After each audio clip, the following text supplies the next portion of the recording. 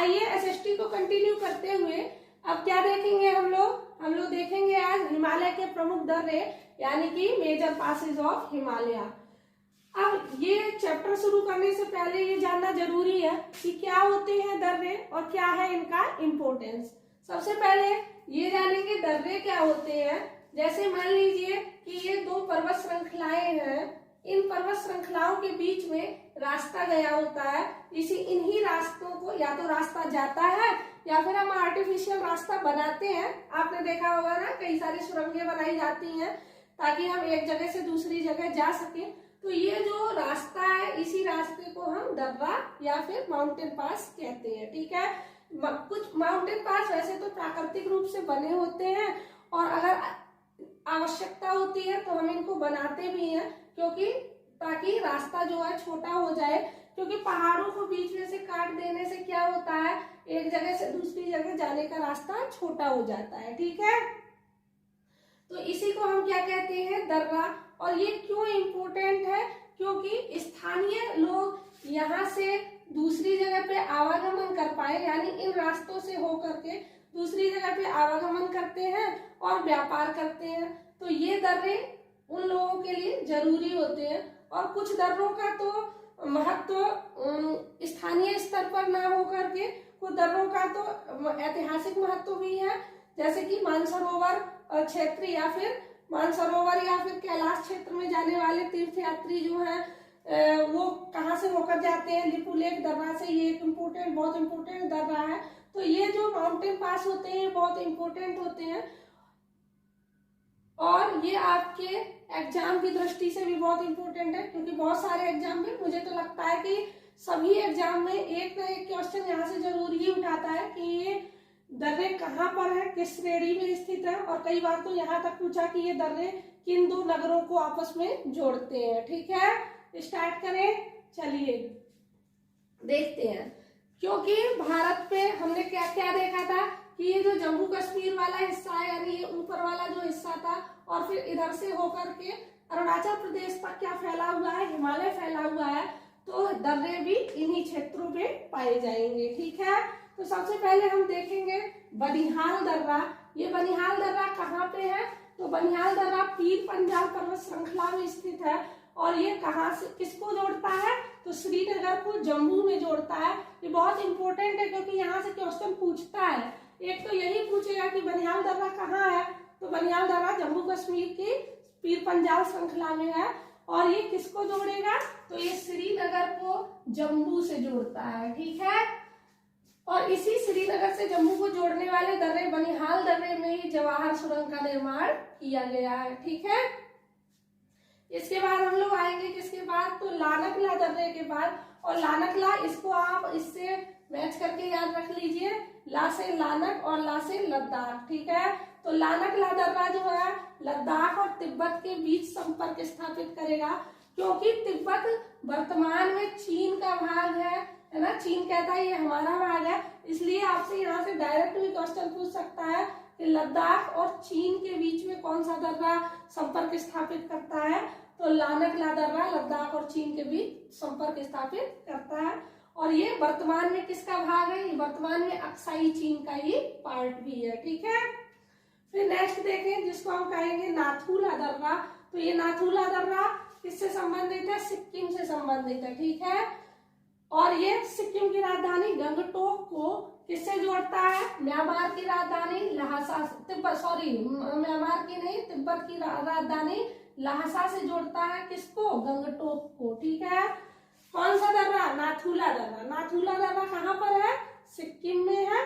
और ये किसको जोड़ेगा, तो ये सिक्किम की राजधानी गंगटोक को तिब्बत की राजधानी ल्हासा से जोड़ता है। ठीक है, उसके बाद जोजिला दर्रा। तो जोजिला दर्रा इसको भी ऐसे याद कर लीजिए, जा और जा, यानी जोजिला और जम्मू कश्मीर। ठीक है, तो जोजिला दर्रा जम्मू कश्मीर की जास्कर श्रेणी में स्थित है और ये श्रीनगर को लेह से जोड़ता है। इससे पहले हमने श्रीनगर को कहाँ देखा है, तो बनिहाल दर्रे में। बनिहाल दर्रा क्या करता है, श्रीनगर को जम्मू से जोड़ता है, जबकि जोजिला दर्रा क्या करता है, तो श्रीनगर को लेह से जोड़ता है। आप कंपैरिजन करके पढ़ेंगे तो आपको इजी वे में लर्न रहेंगी चीजें। ठीक है, आपने बनिहाल दर्रा देख लिया, लानकला दर्रा देख लिया, नाथुला जो कि सिक्किम में है, गंगटोक को लासा से जोड़ता है, और जोजिला दर्रा जम्मू कश्मीर की जास्कर श्रेणी में है। ये जास्कर श्रेणी आपने पहले भी पढ़ी है ना, ये जास्कर श्रेणी से होकर के कौन सी नदी प्रवाहित होती है? सिंधु नदी ना, जास्कर श्रेणी से सिंधु नदी प्रवाहित होती है। तो ये जम्मू कश्मीर की जास्कर श्रेणी में स्थित दर्रा जोजिला किसको जोड़ेगा? श्रीनगर को लेह से जोड़ेगा। ठीक है, इसके निर्माण और यहाँ से क्वेश्चन पूछा था एक बार, इसलिए मैंने इसको मेंशन कर दिया है कि जोजिला दर्रे का निर्माण और रखरखाव का कार्य किसके पास है? तो बीआरओ देखता है इसको, यानी बॉर्डर रोड ऑर्गेनाइजेशन द्वारा इसका रखरखाव और निर्माण किया गया है। ठीक है, फिर उसके बाद आएगा लिपुलेख दर्रा। दर्रे तो बहुत सारे हैं, लेकिन जो बहुत इंपॉर्टेंट है, कई बार क्वेश्चन पूछे गए हैं इससे, वही दर्रे मैंने यहाँ पे मेंशन किए हैं। बाकी बुक में तो बहुत सारा दिया हुआ है, लेकिन ये बहुत इंपॉर्टेंट, यहाँ से कई बार क्वेश्चन पूछा गया है। ठीक है, आप कोई भी जब पेपर उठा के देखेंगे तो आपको दिखाई देगा कि ढेर सारे क्वेश्चन इसमें से आए हुए हैं। हर पेपर में एक ना एक क्वेश्चन आता ही है। ठीक है, लिपुलेख दर्रा कहाँ पर स्थित है? तो ये उत्तराखंड में स्थित है, और उत्तराखंड के कौन से क्षेत्र में? तो कुमाऊं क्षेत्र में। ठीक है, लिपुलेख दर्रा कहाँ पर? उत्तराखंड के कुमाऊं क्षेत्र में, और ये कुमाऊं क्षेत्र को किससे जोड़ेगा? तो तिब्बत से जोड़ेगा। ठीक है, हमेशा याद रखिए, जहां जहां तिब्बत आएगा वहां एग्जामिनर चीन भी दे सकता है। क्यों?